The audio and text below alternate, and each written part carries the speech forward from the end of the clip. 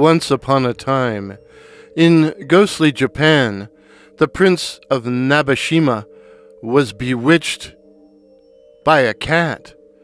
The prince had gone into the garden with O Toyo, a mistress of rare beauty, remaining till sunset when they returned to the palace, unaware they were being followed by a large cat. O Toyo retired to her room and went to bed, but at midnight she woke up to find a huge cat crouching at the foot of her bed, watching her with glaring yellow eyes, and when she cried out, the beast sprang on her, and fixing its cruel teeth in her delicate throat, throttled her to death. Then the cat scratched out a grave under the veranda, buried the corpse of O Toyo, and assumed her form. The prince knew none of this, and little thought that an impish and foul vampire had slain his mistress and assumed her shape in order to drink his blood. As time went on, his strength dwindled away, his face becoming pale and livid. The physicians prescribed various remedies, but to no avail, and at night his sleep was troubled by hideous dreams. 100 men were appointed to sit up and watch over the prince, but at 10 o'clock the very first night, the guards were gripped with a sudden drowsiness, until one by one every man had fallen asleep. Then the vampire O Toyo came in and feasted till morning. This was repeated night after night, until at last the doctors said, How can 100 men be overcome by sleep? It must be witchcraft." One night at midnight, a young soldier appeared outside the palace. When asked his business, he said, "My name is Ito Soda, and I serve in the infantry of Nabeshima. Since my lord has been sick, my one desire has been to assist him." A priest, hearing this, said, "Your purpose is good. Every night the prince suffers from horrible dreams, and those who sit up with him all fall asleep. It is witchcraft." "Yes," replied Soda, "it is witchcraft. If I could but sit up one night with the prince, I would try to stay awake and kill the goblin." Soda's wish was granted, and the following night he took his place among the 100 guards. The prince slept in the center of the room, the 100 guards around him. But as 10 o'clock approached, they began to doze off, and soon all were asleep. Ito Soda felt sleep creeping over him, and though he tried to fight it, he saw there was no help for it, but to resort to extreme measures. So he spread oil paper on the floor, knelt on it, and drawing out a small knife, stuck it into his thigh.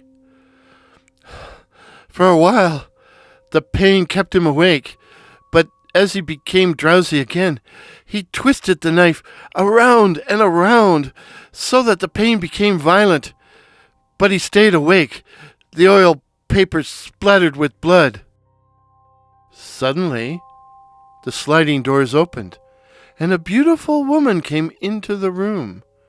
Cautiously she looked around, and when she saw the guards were asleep, she smiled an ominous smile, and was going to the prince's bedside, when she perceived there was a man still awake.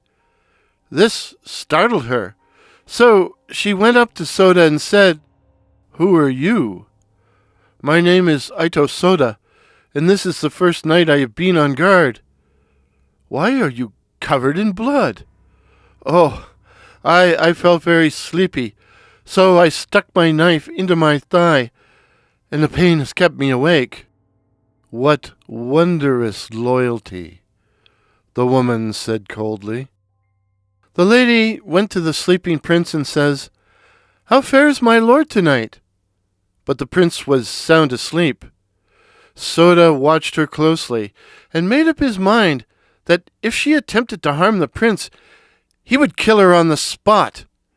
The goblin was defeated by this watchfulness and had no choice but to go away and leave the prince undisturbed. At last, day came, and when the others awoke and saw that Ito Soda had kept awake by stabbing himself, they were greatly ashamed. Ito Soda told all that had occurred during the night and was ordered to keep watch again that evening. And once more, the vampire O Toyo came and found the guard asleep, all except Ito Soda, who was wide awake, and so being frustrated, she again returned to her own apartment. With Soda on guard, the prince passed quiet nights and began getting better. O Toyo, seeing that her nightly visits were fruitless, kept away, and the guards were no longer subject to drowsiness. Soda went to the priest and told him he was sure O Toyo was a goblin. The priest said, "Well then, how shall we kill the foul thing?" "I will go to the creature's room and try to kill her. But in case she should escape, I will beg you to order 8 men to stop outside and lie in wait for her." At nightfall, Soda went to O Toyo's apartment, pretending to have a message from the prince. O Toyo said, "What message have you brought me from my lord?" "He sends this letter," Soda said, and as he drew near to her, he suddenly drew his dirk and cut at her. But the goblin, springing back, seized an axe and glaring at him said, "How dare you?" And she tried to strike Soda with the axe.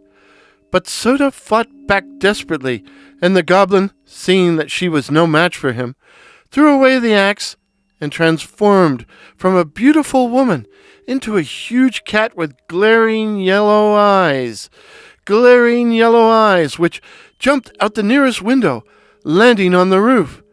The 8 men who were watching outside shot at the cat but missed, and the vampire made good its escape and was never seen again. Are you sure? To be continued.